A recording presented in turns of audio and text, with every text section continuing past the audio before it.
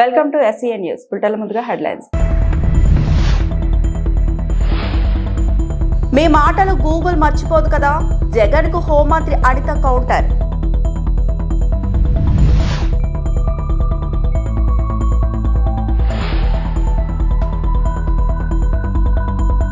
Cinema ticket ధరల పెంపునకు నేను అనుమతి ఇవ్వలేదు, మంత్రి కోమటిరెడ్డి.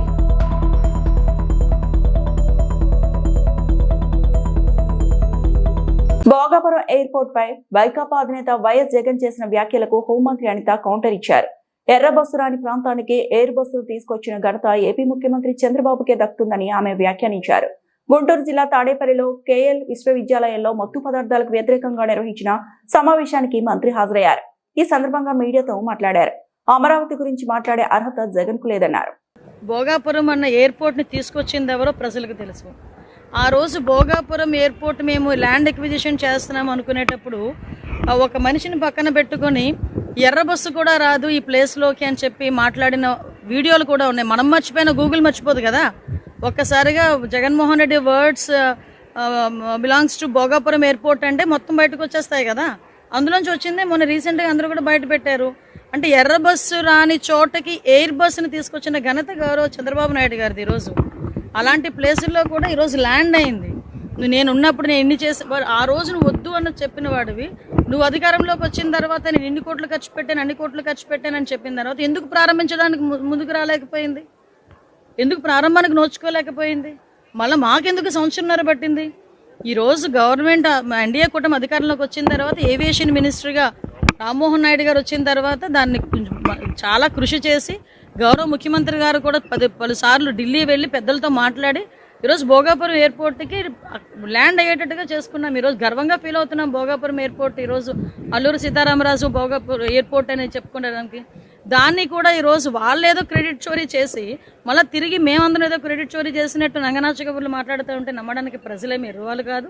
ప్రజలకి అన్నీ తెలియకుండా కూడా లేవు. అన్నీ తెలిసి ఎవరు చేస్తున్నారో, ఎవరి వల్ల ఈరోజు అభివృద్ధి జరుగుతుందో, ఎవరి వల్ల సంక్షేమం వస్తుందో ప్రతిదీ కూడా తెలుసు. ఎవరు ఎంత కష్టపడుతున్నారో కూడా ప్రజలకు కూడా తెలుసు. ఇదే అమరావతి మహిళా రైతులు ఆ అమరావతి రాజధానిగా రావాలని చెప్పి ఉద్యమాలు చేస్తూ ఉంటే పోలీసుల చేత బూటకాలతో తన్నించిన రోజులు మర్చిపోయారా జగన్మోహన్ రెడ్డి?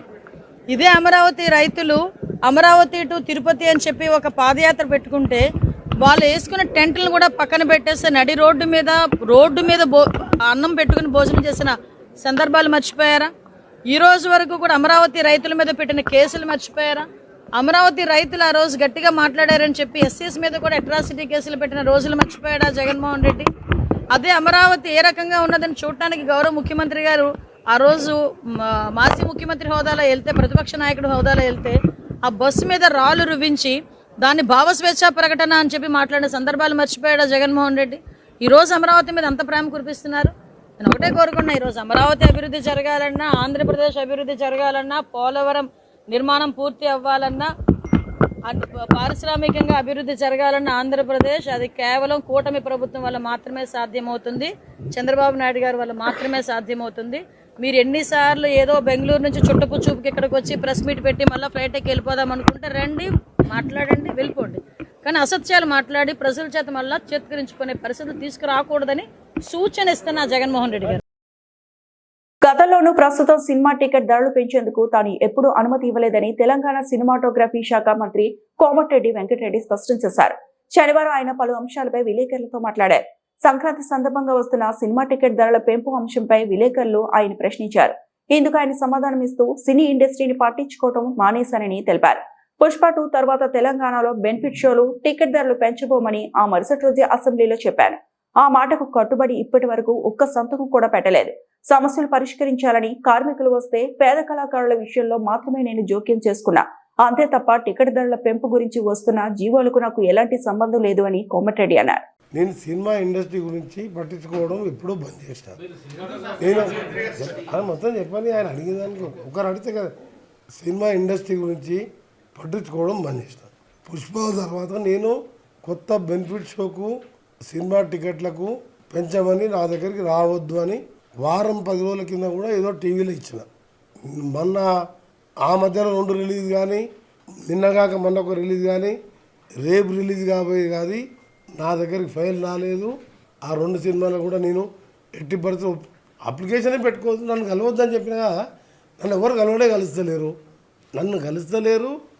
వెంకటేష్ పుష్ప 2లో ఒక మహిళ చనిపోతేనే ఆ బాధలో ఎందుకు ఇచ్చినా అని బాధపడి ఆ హాస్పిటల్ వాళ్ళు నీకు ఫోన్ చేసి మాట్లాడితే, సార్ డిఎంహెచ్ఓ గారు వస్తుంది కానీ పేమెంట్ అసలే ఇస్తలేరు అని చెప్తే నేను అసెంబ్లీకి వెళ్ళి హుటాహుటిన పోయి 25 లక్షల రూపాయల ప్రతీక్ ఫౌండేషన్ చెక్ ఇచ్చి వచ్చిన. మీరు గుర్తుపెట్టుకోండి, ప్రొడ్యూసర్ పంపలే, గవర్నమెంట్కి వెళ్ళి ఉండే అమౌంట్ రిలీజ్ కావాలంటే ఒక ప్రొసీజర్ ఉంటుంది. డిఎంహెచ్ఓని అడిగిన, medical and health principal Rizvi గారికి చెప్పిన, ఎనీ కార్పొరేట్ హాస్పిటల్ అడ్వాన్స్ పేయాలి, నేను పోయి పే చేసిన. ఆ తండ్రికి చెప్పిన, ఈ అబ్బాయిని ఏమనంటే నేను చదువుకుంటా, నేను చదివిపిస్తా అని చెప్పిన. ఆ రోజే చెప్పిన అసెంబ్లీలో వచ్చి రిటర్న్ నెక్స్ట్ డే, ఇక ముందు తెలంగాణలో బెనిఫిట్ షోలు సినిమా రేట్లు పెంచబడవు, బెనిఫిట్ షోలు ఇవ్వబడవు. ఆ మాట కట్టుబడి ఆ తర్వాత నేను ఏ ఫైల్ కూడా సైన్ పెట్టలేదు.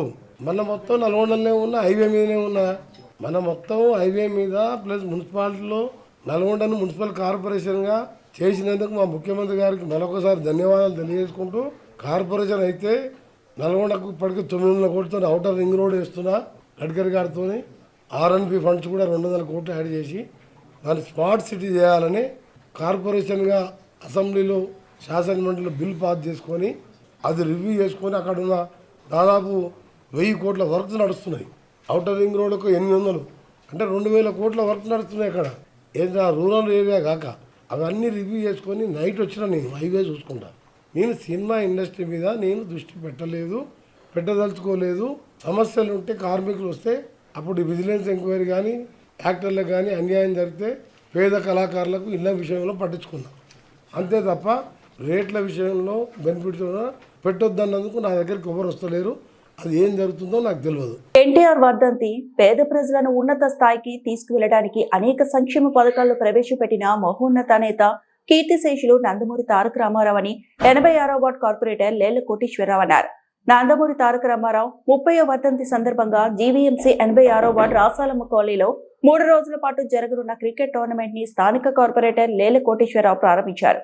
ఈ సందర్భంగా వార్డు కార్పొరేటర్ లేళ్ల కోటేశ్వరరావు మాట్లాడుతూ, పేద ప్రజల అభ్యున్నతి కోసం నిరంతరం పాటుపడిన వ్యక్తి నందమూరి తారక రామారావు అని, టీడీపీ పార్టీ స్థాపించిన 6 నెలల్లో అధికారంలోకి వచ్చి 2 రూపాయలకే కిలో బియ్యం ఇచ్చారన్నారు.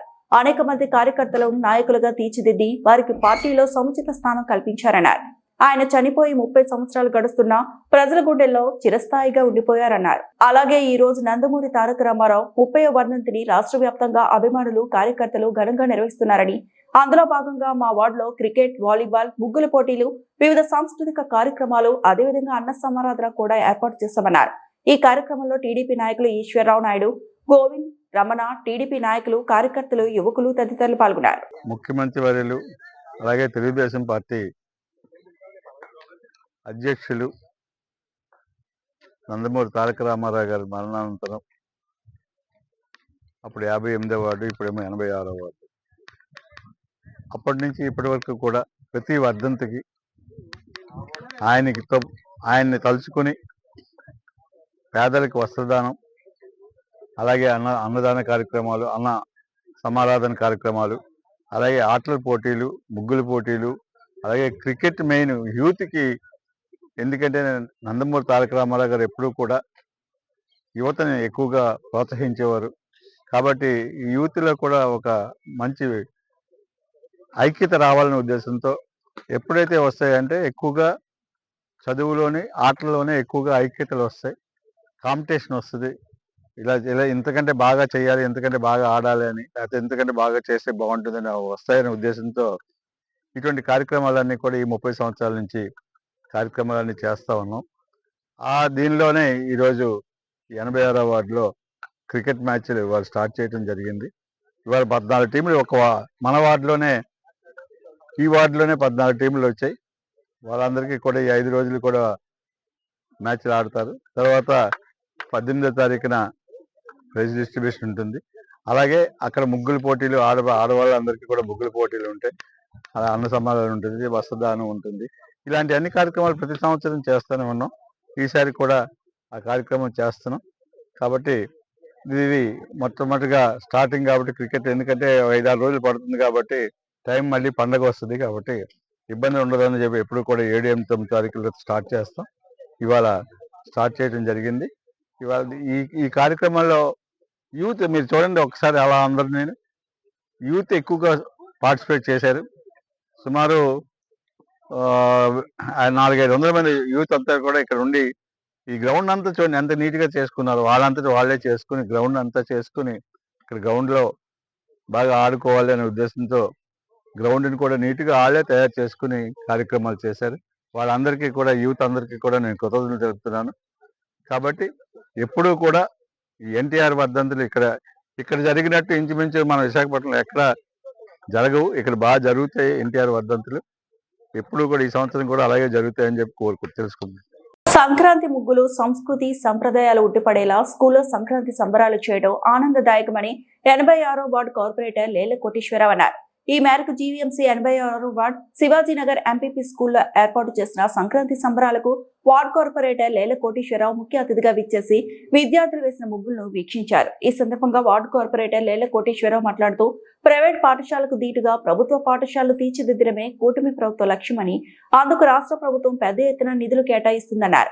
విద్యాశాఖ మంత్రిగా నారా లోకేష్ బాధ్యతలు చేపట్టిన దగ్గర నుండి ప్రభుత్వ పాఠశాలలో అనేక మార్పులు తీసుకొచ్చారన్నారు. చిన్నప్పటి నుండే విద్యార్థులకు మన సాంప్రదాయాలు అలవాటు చేయాలని, సంక్రాంతి వచ్చిందంటే అందరూ పల్లెటూరుకి వెళ్లిపోతారని, అలా కాకుండా పల్లెటూరు వాతావరణాన్ని తలపించేలా స్కూల్లో సంక్రాంతి సంబరాలు చేయడం శుభదాయకమన్నారు. ఈ కార్యక్రమంలో స్కూల్ ప్రిన్సిపాల్, టీచర్స్, సిబ్బంది, విద్యార్థులు పాల్గొన్నారు.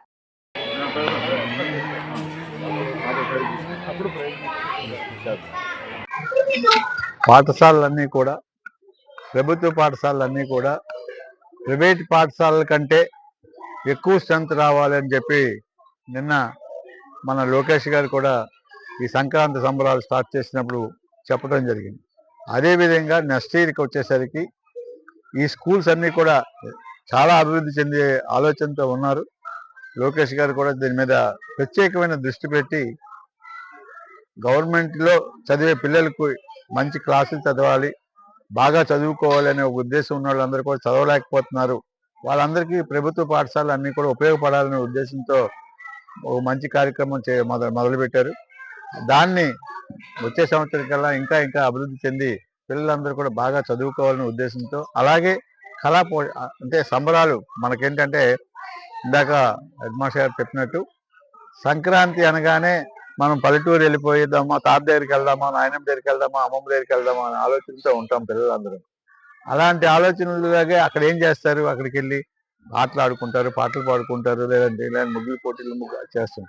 అదేదో ఇక్కడే సంక్రాంతి సంబరాలని వాళ్ళకి ఇంకా ఆలోచన రావటం కోసం ప్రభుత్వం, అది చంద్రబాబు నాయుడు గారు కానీ, లోకేష్ గారు కానీ, లేకపోతే మిగతా రాష్ట్ర నాయకులు అందరూ కూడా, మా పొలా శ్రీనివాస్ గారు కానీ అందరూ ఈ కార్యక్రమంలో పాలు పంచుకోవాలని చెప్పి ఉద్దేశంతో చెప్పడం జరిగింది. అలాగే ఇక్కడ మా ఎలిమెంటరీ స్కూల్లో, మా 86వ వార్డులో ఉన్న ఎలిమెంటరీ స్కూల్ పెద్ద స్కూల్ ఇది. దీనికి ఓ మంచి స్ట్రెంత్ ఉంది, ఓ మంచి బిల్డింగ్ పెట్టాం.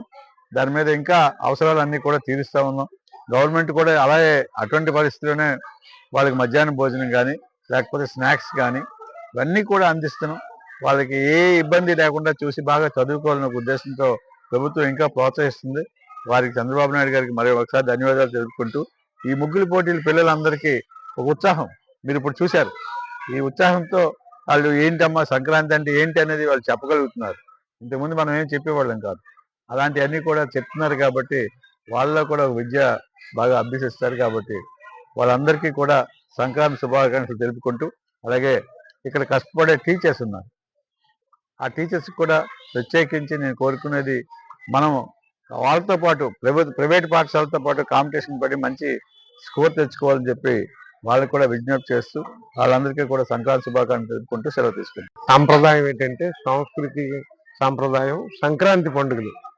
మన ఆంధ్రప్రదేశ్ ప్రభుత్వం వారు కూడా మన సంస్కృతిని కాపాడదామనే ఉద్దేశంతో మంచి దీంతో ఈ పాఠశాలలో కూడా సంక్రాంతి సంబరాలు జరపమని చెప్పారు. మరి ఎంపీపీఎస్ కుర్మనపాలెం పాఠశాల, గాజువాక మండలం, మా వార్డు గౌరవ కార్పొరేటర్ గారు శ్రీ ఎల్ కోటేశ్వరరావు గారు మా పాఠశాలకి ఈరోజు సందర్శించి మా పిల్లల మధ్య కండక్ట్ చేసినటువంటి ఈ ముగ్గుల పోటీని వారు తిలకించడం జరిగింది. తర్వాత మేము బహుమతి ప్రదానం కూడా చేస్తాం. ఇది మా కోటేశ్వర గారు పాఠశాల అభివృద్ధికి కావాల్సినటువంటి నిర్ణయాలన్నీ తీసుకుంటారు. మా పాఠశాలకి ఏం అవసరమో ఇమీడియట్గా అతను నెరవేర్చడం జరుగుతుంది. దానికి మేము పాఠశాల తరఫున, విద్యార్థుల తరఫున, మా తల్లిదండ్రుల తరఫున అతను కృతజ్ఞతలు తెలియజేస్తున్నాం. అందరికీ కూడా సంక్రాంతి శుభాకాంక్షలు తెలియజేస్తూ సెలవు తీసుకుంటాం. దీర్ఘకాలిక సమస్యలను ప్రభుత్వం తక్షణమే పరిష్కరించాలని సమీక అపార్ట్మెంట్ వాసులు డిమాండ్ చేశారు. రోడ్ని రాకుండా అడ్డుకుంటున్న ఆక్రమణదారులపై కఠిన చర్యలు తీసుకోవాలని కోరుతూ 71వ వార్డు కాకిరెడ్డి మెట్ట తొకాడలో ఉన్న సమీక అపార్ట్మెంట్ వాసులు నిరసన చేపట్టారు. ఈ సందర్భంగా మాట్లాడుతూ మా కాలనీని సీసీ రోడ్ని స్థానిక ఎమ్మెల్యే పల్లా శ్రీనివాసరావు 5 నెలల ముందు శంకుస్థాపన చేశారని, రోడ్ వేస్తుంటే కొంతమంది ఆక్రమణదారులు రోడ్ని రాకుండా అడ్డుకుంటున్నారన్నారు. మా సమైక్య అపార్ట్మెంట్ లో సుమారు 500 మంది కుటుంబాలు నివాసం ఉంటున్నాయని, మేము ప్రభుత్వానికి హౌస్ ట్యాక్స్, వాటర్ ట్యాక్స్ ఇలా అన్ని రకాల పన్నులు కడుతున్నామని, కానీ మాకు మౌలిక సదుపాయాలు కల్పించలేకపోతున్నారన్నారు. రాకపోకలు వేయడానికి సరైన రోడ్డు మార్గులు లేక అనేక ఇబ్బందులు పడుతున్నామని, ఇప్పటికైనా స్థానిక MLA Palla Srinivasa Rao, GVMC commissioner మా పట్ల చొరవ చూపి తగిన న్యాయం చేయాలన్నారు. ఈ కార్యక్రమంలో సమైక్య అపార్ట్మెంట్ వాసులు పాల్గొన్నారు. అపార్ట్మెంట్ నుంచి వచ్చామండి, అందరు మహిళలు రోడ్డు మీదకి వచ్చాము. ఎందుకంటే మాకు రోడ్ లేదండి మా అపార్ట్మెంట్కి. జీవీఎంసీ వాళ్ళకి అన్ని పనులు కడుతున్నాం. కరెంటు బిల్లు, వాటర్ బిల్లు, ఇంటికి ట్యాక్స్ లక్షలు వస్తుంది, గవర్నమెంట్కి చేరుతుంది. కానీ మాకు కనీసమైన రోడ్డు లేదు, వాటర్ లేదు, కాలువలు లేవు, ఏమీ లేవు. ఎమ్మెల్యే గారికి అభ్యర్థన చేస్తున్నాము. మేము ఇంతకు ముందు కూడా రోడ్డు కోసం పోరాడాము, కానీ ఇప్పటి వరకు ఒక గమ్యాల సిమెంట్ కూడా వేయలేదు. పక్క వరకే రోడ్డు వేసి ఎందుకు ఆపారు? ఇక్కడ వరకు మాకు ఏమైనా అడ్డంకులు వస్తున్నాయా? ఏమైనా శక్తులు ఉన్నాయా? ఇక్కడ ఏమైనా ఎమ్మెల్యే గారికి ఇబ్బంది పెట్టే శక్తులు ఏమైనా ఇక్కడ ఉన్నాయా? మేము అన్ని రకాలుగా పేపర్తో సహా ఇక్కడ అపార్ట్మెంట్ పైసా రూపాయి కూడబెట్టి ఇక్కడ ఇల్లు కట్టుకున్నాం. సమైక్య అపార్ట్మెంట్ అని అందరు మహిళలు సమైక్యంగా పోరాడి ఈరోజు వంట ఏవి లేకుండా రోడ్డు మీద నిలబడ్డాం. ఒక రోడ్డు లేదు, ఇంటికి రావడానికి వాటర్ వచ్చేస్తుంది, వర్షం పడితే మాకు ఎలా ఏవి తెలుస్తారు ఎమ్మెల్యే గారు? ఇంకేమైనా సార్, నా పేరు ఉమామహేశ్వర రెడ్డి అండి. ఇక్కడ మేము స్థానికులమే. ఇది మనకి తోకాడ గ్రామానికి సంబంధించిందండి ఇది ఇక్కడ. సో ఇక్కడ మాకు ఏదైతే పబ్లిక్ రోడ్ శాంక్షన్ అయిందో ఎమ్మెల్యే గారు శాంక్షన్ చేశారు. మనకి ఇక్కడ 600 మీటర్లు సుమారుగా మనకి రోడ్డు శాంక్షన్ చేశారు. సో శాంక్షన్ చేస్తే ఇక్కడ ఉన్న స్థానిక ఆక్రమణదారులు ఎవరైతే ఉన్నారో ఈ రోడ్డు కాకుండా మనకి అడ్డుకుంటున్నారు. అంటే రోడ్డు రాకుండా మొత్తం చేయకుండా అడ్డుకుంటున్నారు. అసలు అంతా ప్రపంచం అంతా ఒక అభివృద్ధి దిశ వైపు మనకి వెళ్తుంటే ఇక్కడ ఈ ఏరియాలో ఈ చెందిన ఊర్లో అసలు ఎటువైపు వెళ్తున్నామో కూడా తెలియట్లేదండి. ఈవెన్ యూజీసీ వాళ్ళని కూడా రానివ్వలేదు, యూజీసీ వాళ్ళని చేయనివ్వలేదు. Even underground electrical department వాళ్ళని వర్క్ చేయనివ్వట్లేదు. ఈవెన్ మనకి ఇప్పుడు రోడ్డు కూడా కావాలంటే రోడ్డు కూడా చేయనివ్వకుండా అక్కడతో ఆపించేశారు. సో ఆక్రమణదారుల పరిస్థితి అలా ఉందండి. ఆక్రమణదారులు అంటే కేవలం అంటే వాళ్ళకి ఎక్కడ ఇల్లు లేకుండా ఆక్రమించుకునే పరిస్థితి కాకుండా ఒక్కొక్క ఆక్రమణదారికి 40 సెంట్లు ఉన్నాయి. సో ఈ ఆక్రమణదారులు వీళ్ళు ఇప్పుడు ఈవెన్ పబ్లిక్ రోడ్ని కూడా వదలకుండా, పబ్లిక్ రోడ్డు కాకుండా ఇంతమంది ఒక 500 కుటుంబాలు ఇక్కడ నివసిస్తున్నాయి. ఈ 500 కుటుంబాలకు కూడా ఎక్కడ కూడా రోడ్డు రానివ్వకుండా చాలా ఇబ్బందులు పెడుతున్నారు. ఇక్కడ వర్షాకాలం వస్తే మోకాలు లోతు నీరు ఆగిపోయి నిండిపోతుందండి. ఇంత జరుగుతున్నా కూడా అసలు ఎటు వెళ్తున్నామో మనకు తెలియట్లేదు. ప్రభుత్వం ఏ విధంగా వర్క్ అవుతుందో తెలియట్లేదు. ఎమ్మెల్యే గారు ఎన్నోసార్లు సపోర్ట్ చేసినా ఇటువైపు మాత్రం మనకి రోడ్డు కాకుండా ఈ ఆక్రమణదారులు ఏదో ఒక విధంగా చేసి దీన్ని అడ్డుకుంటున్నారు. సో దయతో దీనిపైన చర్యలు తీసుకొని రోడ్డు కానిస్తారని మేము ప్రార్థిస్తున్నామండి.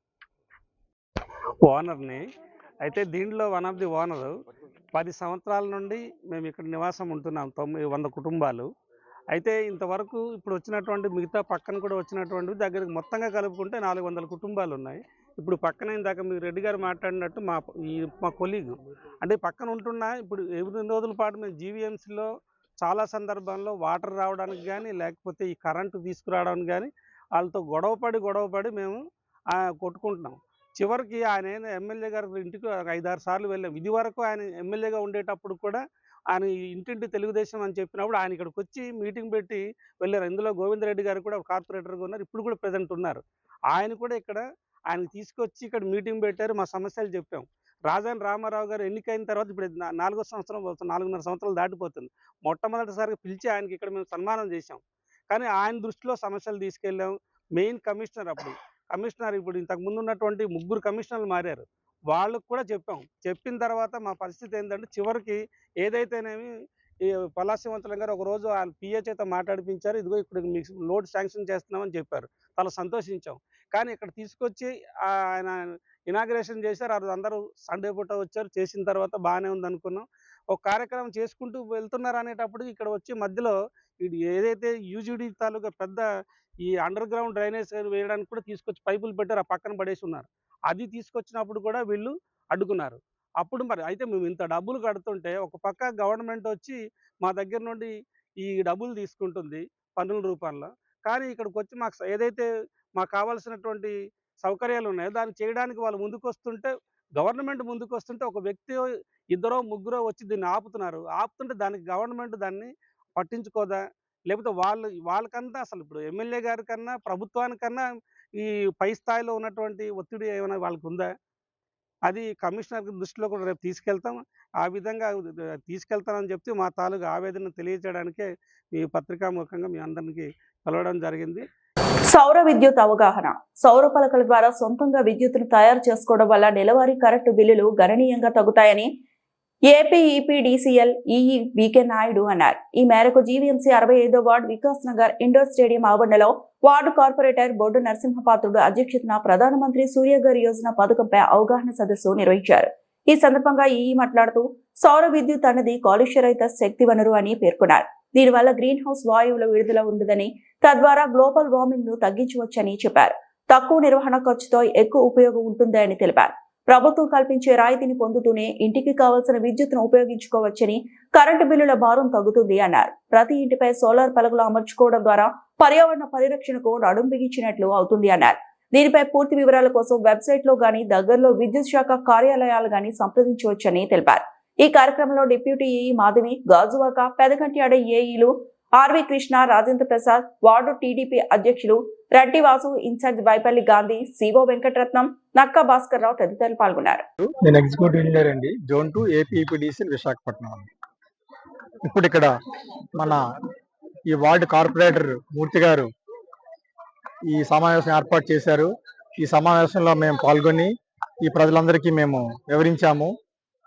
ఈ సోలార్ చాలా యూజ్ఫుల్ అండి. ఇది 1 కిలోవాట్కి 30,000 సబ్సిడీ, 2 కిలోవాట్లకి 60,000 సబ్సిడీ, 3 కిలోవాట్లకి 78,000 సబ్సిడీ. ఇది కాకుండా బీసీ కన్జ్యూమర్స్ అయితే 78 + 20 98,000 సబ్సిడీ వస్తుంది. అదే ఎస్సీ ఎస్టీ కన్జ్యూమర్స్ అయ్యండి బిలో పవర్టీ లైన్ అయితే 2 కిలోవాట్స్ మేము వాళ్ళ టెర్రస్ పైన పెడతామండి. ఆల్రెడీ రిజిస్ట్రేషన్ చేస్తామండి. అది కాంట్రాక్ట్ కూడా ఇచ్చేయడం జరిగింది. వర్క్ కూడా స్టార్ట్ చేస్తాము. ఇది కాకుండా ఎస్సీ ఎస్టీ కన్జ్యూమర్కి వాళ్ళు 200 స్క్వేర్ ఫీట్ మాకు ఇచ్చినందుకు ఒక 200 రూపీస్ రెంట్ కూడా పే చేస్తామండి. తర్వాత ఈచ్ కిలోవాట్కి పర్ డే 4 యూనిట్స్ జనరేట్ అవుతుందండి. ఎవరైనా 3 కిలోవాట్స్ పెట్టుకుంటే 12 యూనిట్స్ పర్ డే జనరేషన్ అవుతుంది. వాళ్ళు వాడుకోక మిగతాదంతా కూడా మా లైన్కి అది ఎక్స్పోర్ట్ అయిపోతుందండి. మేము ఎగ్జిస్టింగ్ మీటర్ తీసేసి, ఇది యూని డైరెక్షనల్ మీటర్ అంటాము, యూని డైరెక్షనల్ మీటర్ తీసేసి బై డైరెక్షనల్ మీటర్ పెడతామండి. అంటే రాత్రులేమో మా దగ్గర నుంచి వాడుకుంటారు, పగలేమో మిగిలిన పవర్ని మాకు ఎక్స్పోర్ట్ చేస్తారండి. సో ఆ విధంగా మీరు ఎవరైతే ఈ సోలార్ తీసుకుంటారో వాళ్ళందరూ కూడా పర్యావరణాన్ని కూడా కాపాడిన వ్యక్తులు అవుతారండి. సో ఇది గ్రీన్ పవర్, ఇది దట్ రీన్యూబుల్ ఎనర్జీ అండి. ఇది ఈ రోజు మనం వాడినా ఇదేమీ తరిగిపోదు. మళ్ళీ రేపు కూడా సన్ రేస్ వస్తాయి, రేపు కూడా జనరేషన్ ఉంటుంది. సో మనం అందరం కూడా ఈ రీన్యూబుల్ ఎనర్జీని కూడా మనం ఎంకరేజ్ చేయాలండి. సో ప్రజలందరినీ నేను కోరుకునేది ఏంటంటే ఇమ్మీడియట్ గా అందరూ కూడా ఎవరికైతే స్వంత ఇల్లులు ఉంటాయో వాళ్ళందరూ కూడా వాళ్ళ టెర్రస్ పైన సోలార్ రూఫ్ టాప్ పెట్టుకోవాలని కోరుకుంటున్నాము. అలాగే ఎవరికైతే అపార్ట్మెంట్స్ ఉంటాయో అపార్ట్మెంట్ కూడా మేము ఇస్తాము ఇండివిజువల్ కన్జ్యూమర్స్ కి. కాకపోతే అక్కడ ఒక స్పేస్ ప్రాబ్లం వస్తుంది, వాళ్ళకి అండర్స్టాండింగ్ లేక ఇవ్వలేకపోతున్నాము. కానీ కామన్ సర్వీస్ ఏదైతే ఉందో కామన్ సర్వీస్ కి వాళ్ళు పెట్టుకుంటే కామన్ సర్వీస్ బిల్ ఒకరిద్దరు నోట్న విన్నాను, 3,500 నుంచి 4,000 రూపాయలు వచ్చిన కామన్ బిల్లు ఇప్పుడేమో 400కి 500కి పడిపోయిందండి ఈ సోలార్ పెట్టుకోవడం వల్ల. ఒక 5 కిలోవాట్ సోలార్ పెట్టుకుంటే అపార్ట్మెంట్ కి కిలోవాట్కి 18,000 సబ్సిడీ ఉందండి. ఇండివిజువల్ కన్జ్యూమర్ అయితే 30,000 సబ్సిడీ ఉంది కిలోవాట్కి, అపార్ట్మెంట్కి అయితే 18,000 సబ్సిడీ ఉంది. ఒక 5 కిలోవాట్స్ పెట్టుకుంటే 18,000 90,000 సబ్సిడీ వస్తుంది. ప్లస్ బిల్లు 150 పడిపోతుంది. 4,000 వచ్చిన బిల్లు 1,000 రూపాయలు పడిపోతుంది కామన్ బిల్లు. అందువల్ల అపార్ట్మెంట్ ఎవరైతే వెల్ఫేర్ అసోసియేషన్స్ ఉన్నాయో వాళ్ళందరినీ నేను రిక్వెస్ట్ చేసేది ఏంటంటే మీ కామన్ సర్వీస్ కి ఒక 5 కిలోవాట్ సోలార్ తీసుకోండి. సోలార్ తీసుకోవడం వల్ల మీకు బిల్లు తగ్గుతుందండి. సో ఇదండి నా నుంచి. అలాగే చాలా సంతోషం అండి. సోలార్ మీద ప్రతి ఒక్కరికి అవగాహన తెలియజేయాలని 65వ వార్డులో మీటింగ్ పెట్టమని మన పెదగంటాడి ఏఈ గారు కోరిన మీదప ఈరోజు 65వ వార్డులో రాజీవ్ ఇండోర్ స్టేడియంలో మీటింగ్ పెట్టి దీనికి చీఫ్ గెస్ట్గా మన డిఈ గారు, డిప్యూటీ డిఈ గారు, ఏఈలు అందరూ వచ్చి ఇక్కడున్న ప్రజలందరికీ కూడా ఈ సోలార్ మీద ఏటి ఉపయోగాలు ఉన్నాయి అని తెలియజేసినందుకు వారికి మనస్ఫూర్తిగా ధన్యవాదాలు తెలియజేసుకుంటూ ఉన్నాం. ఏదేమైనప్పటికీ కూడా ఈ మీటింగుతో పూర్తి కాకుండా ప్రతి ఒక్కరికి కూడా దీని మీద ఇక్కడికి వచ్చిన ప్రతి ఒక్కరూ ఏదైతే వారు మాట విన్నారో ఆ మాట ప్రతి ఒక్కరికి కూడా వార్డులో ఉన్న 65వ వార్డులో ఉన్న ప్రతి ఒక్కరికి చేరే విధంగా రేపు నుంచి ప్రయత్నం చేసి ఈ ఉపయోగాలన్నీ కూడా ఖచ్చితంగా ప్రతి ఒక్కరికి తెలియజేసి దాన్ని వినియోగించుకోవాలని చెప్పేసి మనస్ఫూర్తిగా కోరుకుంటూ ఉన్నాను. దీని మీద రాజకీయ పార్టీలు కానీ, కాలనీ సంఘాలు కానీ, వెల్ఫేర్ సంఘాలు కానీ అందరూ కూడా చైతన్యవంతులై ప్రతి ఒక్కరికి తెలియజేసి ఎస్సీ ఎస్టీ వారికి అయితే ఫ్రీగా 2 యూనిట్లు ఇవ్వడం, వారి డాబాపైన రెంట్ 200 ఇవ్వడం కూడా గవర్నమెంట్ చాలా బెనిఫిట్ చేస్తూ ఉన్నది. అదేవిధంగా బీసీలకి 98,000 సబ్సిడీ ఇవ్వడం, జనరల్ అందరికీ కూడా 78,000 సబ్సిడీ ఇవ్వడం, ఈ విధంగా అనేక స్కీములు పెట్టి ఈ రోజు ఈ ప్రోత్సహించినప్పుడు వినియోగించుకోకపోతే అది చాలా పొరపాటు. ప్రతి ఒక్కరికి కూడా తెలియజేయవలసిన అవసరం కూడా ఉంది. అయితే మరొక విషయం ఏంటంటే, ఏదైతే గవర్నమెంట్ పథకాలకి దూరం అవుతున్నారో కొంతమంది కరెంటు ఏసీలు అవి వాడుకొని వారందరికీ కూడా ఈ రోజు తెలియజేసేవలసిన పద్ధతి మనకి కంపల్సరిగా ఉంది. రాజకీయ పార్టీల నుండి మనం ప్రతినిధులుగా వహించినప్పుడు ఖచ్చితంగా దాన్ని ఓవర్కమ్ చేయాలంటే ఖచ్చితంగా దీన్ని మనం ఎంకరేజ్ చేయక తప్పదు. ఇవన్నీ దృష్టిలో పెట్టుకొని మీ ద్వారా తెలియజేయవలసింది ఏంటంటే, మీడియా మిత్రులు కూడా దీని మీద పూర్తిగా అవగాహన తెలియజేయాలి ప్రతి ఒక్కరికి కూడా. ఎందుకంటే పేదవాడికి సర్వీస్ అంటే ఏది గవర్నమెంట్ నుంచి వచ్చింది అందించాలనే ఆలోచన ప్రతి ఒక్కరికి కలగాలి. మీడియా మిత్రులు కానీ, రాజకీయ పార్టీలు, రాజకీయ నాయకులు, ప్రతి సంఘాలు కూడా దీని మీద ఒక ఉద్యమంలాగా ఉంటే మాత్రం గాజువాకలో నెంబర్ 1 స్థాయికి తీసుకువెళ్తాం. మరి ముఖ్యంగా 65వ వార్డులో అన్ని వార్డుల కంటే హైయెస్ట్ ఈ రోజు సోలార్ ప్యానల్ వేయించడానికి కంకణం కట్టుకుందామని మీ ద్వారా అందరికీ కూడా మాటిస్తూ వచ్చిన డిఏ గారికి కానీ, డిప్యూటీ డిఏ గారికి కానీ, ఏఈలకు కూడా ఖచ్చితంగా మాటిస్తూ ఉన్నాం. ఈ పంగలు అయిపోయిన తర్వాత ప్రతి వీధి కూడా ఇది తెలియజేస్తాం. రిజిస్ట్రేషన్ చేయించి ఏదైతే గవర్నమెంట్ ఇచ్చిన బెనిఫిట్ ని ఖచ్చితంగా ఉపయోగించుకునే విధంగా మా ప్రజలందరికీ కూడా మేము అవగాహన తెలియజేస్తామని చెప్పి మీ ద్వారా తెలియజేస్తూ ఉన్నాం. ఈ వార్తలు ఇంతటితో సమాప్తం.